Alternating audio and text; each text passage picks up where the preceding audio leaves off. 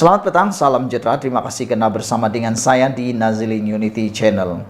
Sekarang ini diratib oleh Perikatan Nasional tak henti-henti mengatakan bahawa mereka menjajah kononnya kerajaan perpaduan pimpinan Anwar Ibrahim, bahkan Anwar Ibrahim sendiri akan tumbang dan akan jatuh pada bulan 8 ini.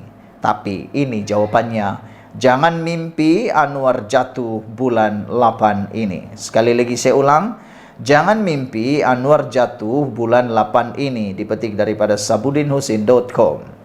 Kalau dengar ucapan-ucapan pemimpin-pemimpin PN ketika kempen PRN yang sedang berlangsung sekarang, tiada lain yang paling banyak keluar daripada mulut mereka, melainkan gembur-gembur Anwar Ibrahim akan jatuh pada bulan 8 atau Ogos ini. Daripada Muhyiddin Mat Yassin, Azmi Ali, Sanusi Maknur dan sejumlah ramai lainnya, itulah naratif yang sedang mereka bina sebagai jajaan agar pengundi di 6 negeri memberi sokongan kepada Perikatan Nasional pada 12 Ogos nanti. Paling syok sekali, paling syok bila dengar Muhyiddin yang sebelum ini pernah dicop sebagai Perdana Menteri paling gagal, yang antara lain menyebut dalam satu ucapannya, selepas PRN nanti melalui kemenangan yang dicapai oleh PN, maka Anwar akan jatuh kerana terbukti beliau tidak pandai mentadbir negara. Apa kena mengena keputusan PRN dengan pandai atau tidak pandai Perdana Menteri dalam mentadbir negara?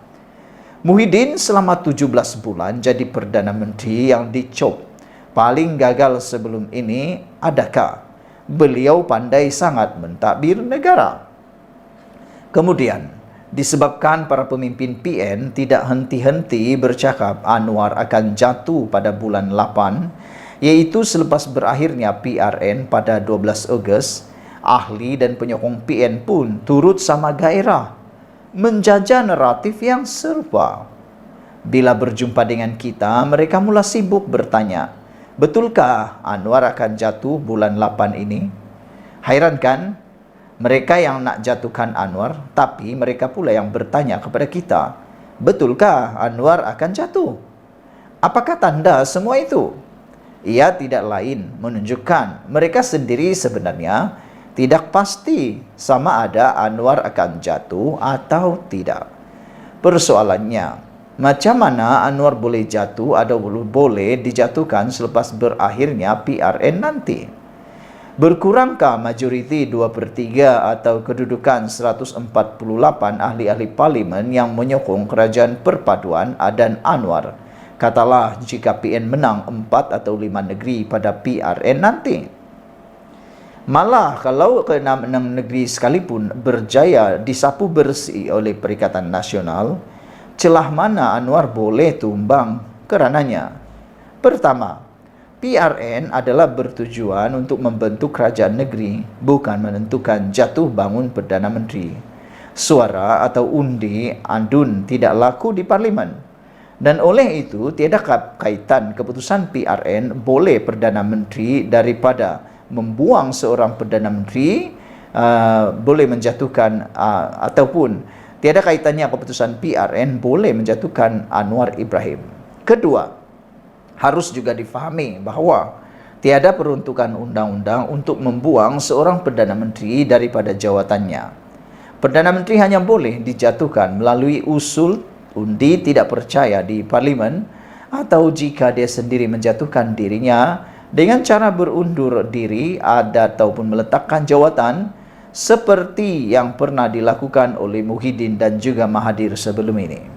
Seorang lagi Perdana Menteri, selagi seseorang Perdana Menteri itu tidak dijatuhkan melalui usul undi percaya di parlimen atau beliau tidak meletak jawatan, dia akan terus kekal sebagai Perdana Menteri sehinggalah parlimen dibubarkan. Ketiga, oleh sebab sekarang ini ada Akta Anti Lompat Parti telah berkuat kuasa, ini bererti ahli parlimen tidak laku lagi untuk menjajah akuan bersumpah mereka bagi menyokong sesiapa. Semua ahli parlimen tertakluk kepada keputusan parti tentang arah tuju sokongan mereka. Begitupun jika ada ahli atau usul undi tidak percaya dibentangkan di parlimen, ahli-ahli parlimen bebas memberikan sokongan mereka. Jadi, selepas PRN ini, apa sekalipun keputusan pilihan raya itu, sementara memang tidak mustahil untuk menjatuhkan Anwar sebagai Perdana Menteri, ia tetap memerlukan pembentangan usul undi tidak percaya di parlimen. Beranikah Perikatan Nasional membawa usul tersebut? Atau sedia dan benar-benar beranikah Muhyiddin yang ada kes mahkamah dan kini tergolong dalam klaster mahkamah mahu membawa usul undi tidak percaya terhadap Anwar dan menonjolkan dirinya sebagai calon Perdana Menteri sekali lagi?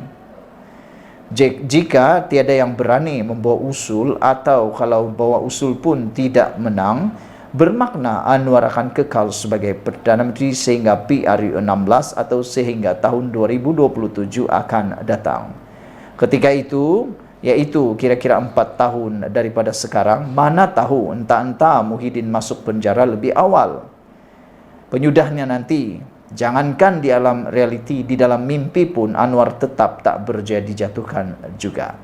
Sekian dulu untuk kali ini. Jangan lupa tinggalkan komen Anda, tekan butang subscribe. Kita jumpa lagi. Bye-bye. Selamat petang, salam sejahtera. Terima kasih karena bersama dengan saya di Naziling Unity Channel. Saudara-saudara sekalian, isu yang hangat petang ini mengatakan bahwa ini semua salah Muhyiddin. Apa salah Muhyiddin? Nah, ikuti terus ulasan kali ini karena Anda pasti akan tertarik dan terkejut dengan pendedahan kali ini. Siapa yang salah dan mengapa Muhyiddin dianggap punca kepada masalah ini? Dipetik daripada sabudin.com dengan tajuk yang luar biasa. Bayan lepas terlepas, ini semua salah Muhyiddin yang tidak benar-benar mengutamakan PAS. Meskipun PAS melalui setiausaha agungnya yaitu Taqiyuddin Hasan sudah meminta maaf dan menyatakan parti itu tidak merestui tindakan menghalau Presiden Gerakan Dominic Lau dalam satu program kempen PN di Tasik Gelugur 2 hari lalu, perbuatan mereka itu secara umumnya adalah sesuatu yang boleh difahami dan munasabah sifatnya. Segala-galanya bermula atau berpuncak kerana ada ahli-ahli PAS yang tidak berpuas hati. Apabila Dominic Lau diletakkan bertanding di Bayan Maru, yang merupakan satu kawasan majoriti Melayu di Pulau Pinang pada PRN kali ini. Lau sendiri dikatakan memang mengidam kawasan tersebut kerana merasakan ia kawasan yang selamat dan mudah menang baginya. Gerakan adalah sebuah parti pelbagai kaum yang didominasi kaum Cina yang kedudukannya mirip seperti DAP. Maka dengan itu, kenapa Gerakan sibuk nak bertanding di kawasan orang Melayu? Sedangkan bukankah peranan Gerakan ialah untuk berlawan dengan DAP dan bertanding di kawasan Cina?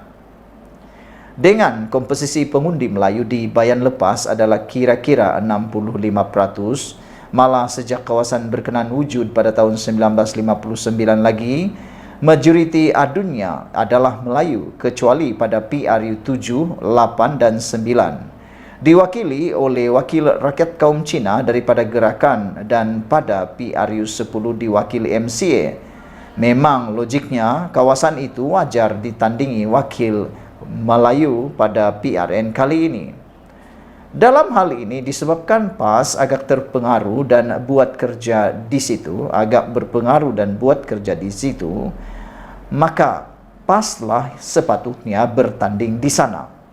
Tambahan lagi, sejak PRU 11, 12, 13 dan 14, wakil rakyat yang terpilih adalah Melayu belaka. Kenapa sekarang Perikatan Nasional mahu memberikan kerusi itu kepada Dominic Lau daripada Parti Gerakan? Kenapa tidak diletakkan calon Melayu di Bayan lepas dan membiarkan Gerakan sebagai parti pelbagai kaum yang didominasi kaum Cina berlawan dengan DAP di kerusi-kerusi majoriti Cina?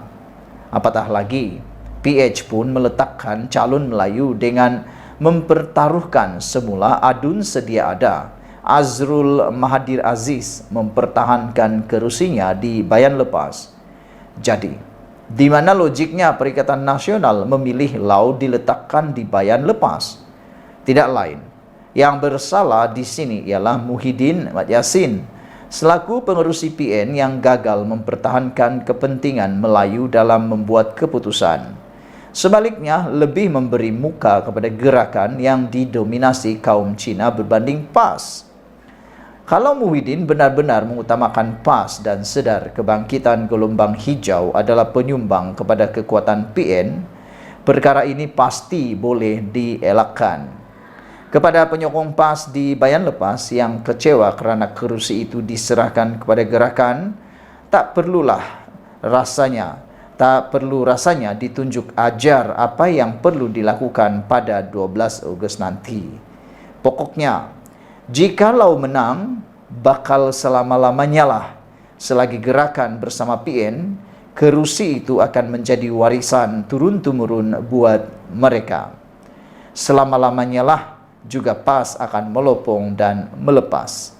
Hanya jikalau kalah sajalah yang boleh membuka peluang kepada PAS memperoleh semula kerusi Bayan Lepas daripada atau dalam PRU seterusnya, iaitu pada 5 tahun yang akan datang nanti. Dipetik oleh daripada Sabuddin Hussein, 4 Ogos 2023. Sekian dulu untuk kali ini. Jangan lupa tinggalkan komen Anda, tekan butang subscribe. Kita jumpa lagi. Bye-bye.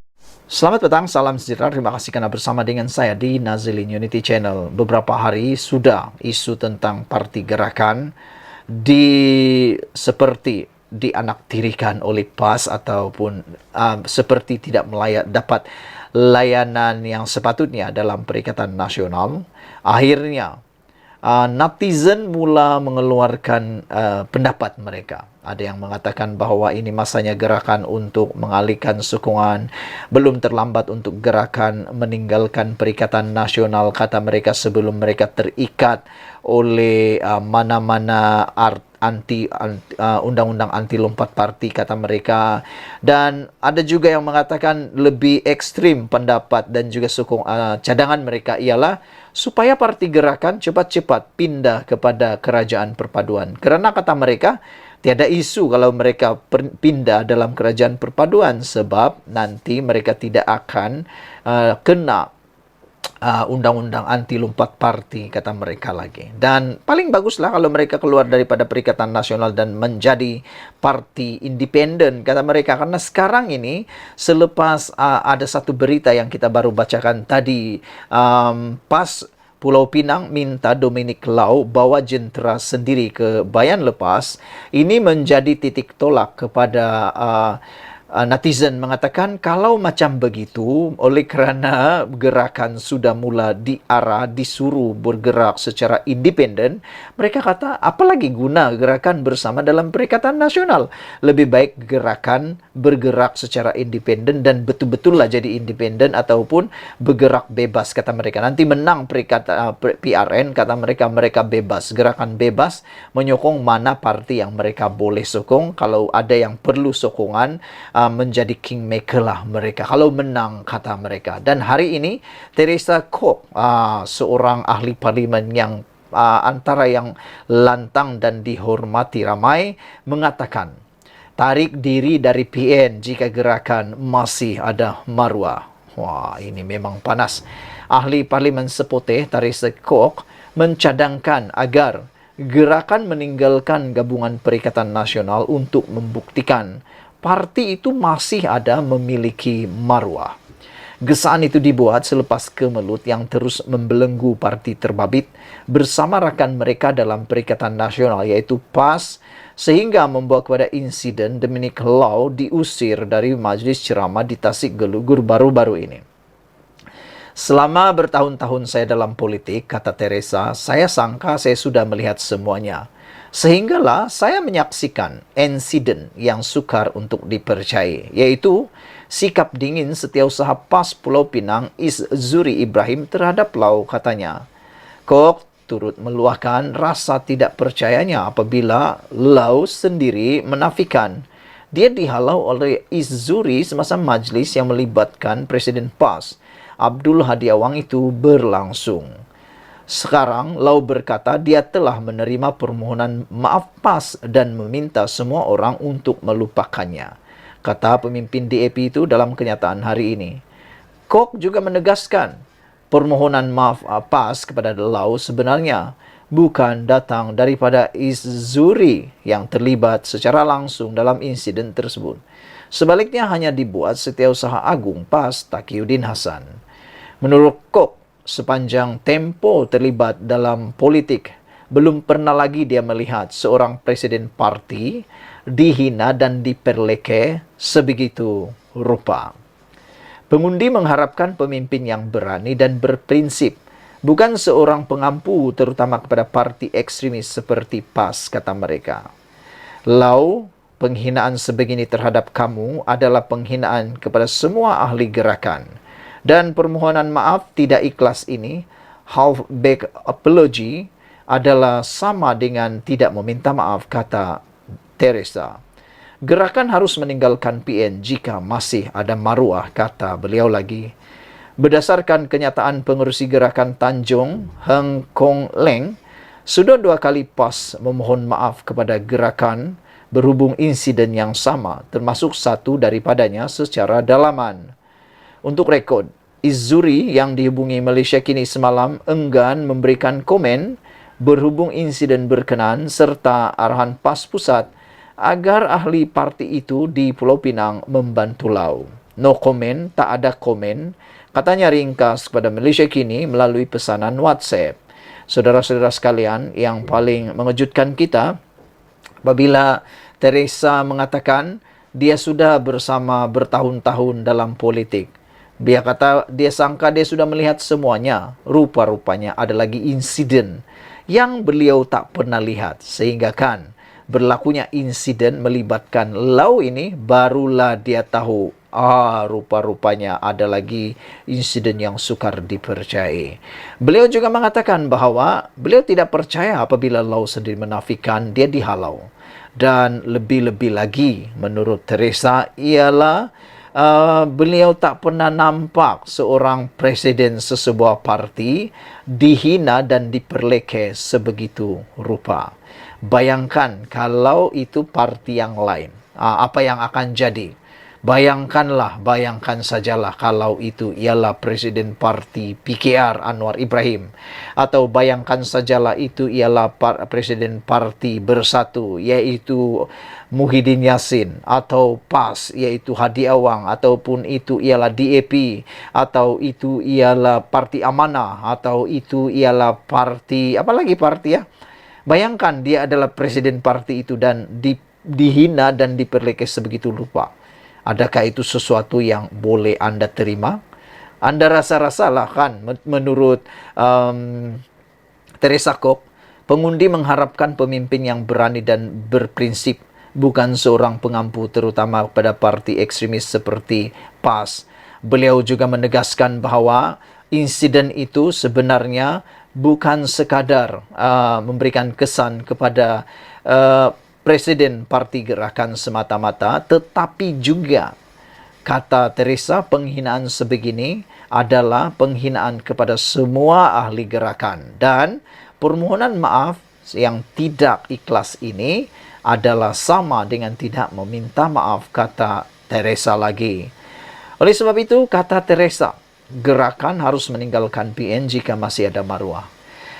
Jadi apa pendapat kamu semua tentang gesaan daripada Teresa ini? Adakah betul Perikatan Nasional harus meninggalkan gabungan Perikatan Nasional? Adakah gerakan perlu meninggalkan Perikatan Nasional dan menjadi parti independen, ataupun tiba-tiba pula menjadi parti ikut dalam kerajaan perpaduan?